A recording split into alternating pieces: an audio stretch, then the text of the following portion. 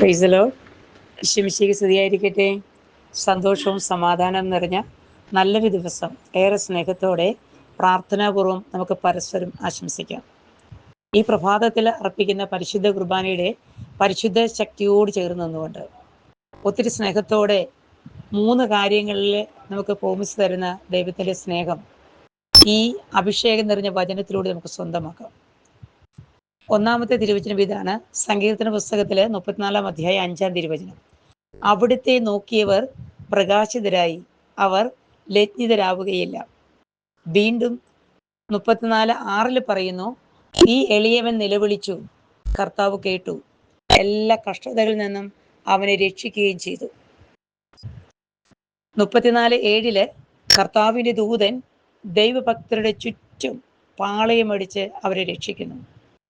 സങ്കീർത്തന പുസ്തകത്തിൽ 34, 35, 36, 37 വചനത്തിലൂടെ നമ്മളെ ശക്തിപ്പെടുത്തുന്നത്, നമ്മളെ പ്രശ്നങ്ങളും പ്രതിസന്ധികളും കഷ്ടപ്പാടുകളും ദുഃഖങ്ങളും ദുരിതങ്ങളൊക്കെ ഉണ്ടാകുമ്പോൾ വേറെ വ്യക്തികളെ ആശ്രയിക്കാതെ, പ്രമാണ ലംഘന മേഖലയിലൂടെ സഞ്ചരിക്കാതെ ദൈവത്തെ നോക്കി മുന്നോട്ട് പോയാൽ നമ്മളെ ഒരു വ്യക്തിയുടെ മുൻപിലും ലജ്ഞിക്കാൻ നമ്മുടെ ദൈവം അനുവദിക്കത്തില്ല.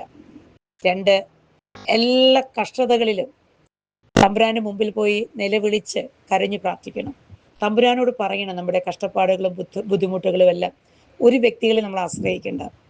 അങ്ങനെ നമ്മൾ പ്രാർത്ഥിക്കുമ്പോൾ എല്ലാ കഷ്ടതകളിൽ നിന്നും നമ്മളെ രക്ഷിക്കുന്ന ദൈവത്തെ നമുക്ക് കാണാൻ പറ്റും.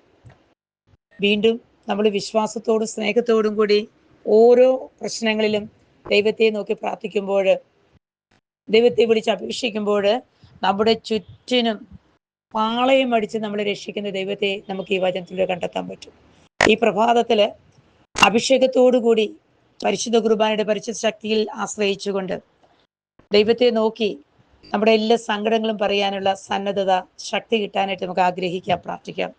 ഒരു വ്യക്തിയുടെ മുൻപിലും ഇപ്പം നമ്മളെ നാണം കെടാതിരിക്കാൻ, നമ്മളെ സ്നേഹത്തോടുകൂടി ഏത് പ്രശ്നത്തിലും കാത്തു പരിപാലിക്കുന്ന ഒരു ദൈവത്തെ, എല്ലാ പ്രതിസന്ധികളുടെ മുൻപിലും നമ്മുടെ ചുറ്റിനും ഭയപ്പെടേണ്ട, ഞാൻ നിന്റെ കൂടെ ഉണ്ടെന്ന് പറഞ്ഞ് നമ്മളെ ചേർത്ത് വിളിക്കുന്ന, ശങ്കോട് ചേർത്ത് പിടിക്കുന്ന ദൈവത്തിൻ്റെ സ്നേഹം നമ്മുടെ ഓരോ കഷ്ടപ്പാടുകളിലും പ്രശ്നങ്ങളിലും പ്രതിസന്ധികളിലും തളരാതെ മുന്നോട്ട് പോകുവാൻ ഈ വചനത്തിൻ്റെ അഭിഷേകത്തിൽ പൂർണ്ണമായി വ്യാപരിച്ച് അനുഗ്രഹിക്കപ്പെട്ട ജീവിതത്തിൻ്റെ ഉടമകളാകുവാൻ ദൈവം നമ്മളെല്ലാവരെയും സമൃദ്ധമായി അനുഗ്രഹിക്കട്ടെ. നമുക്ക് പ്രാർത്ഥിക്കാം. ആമേൻ.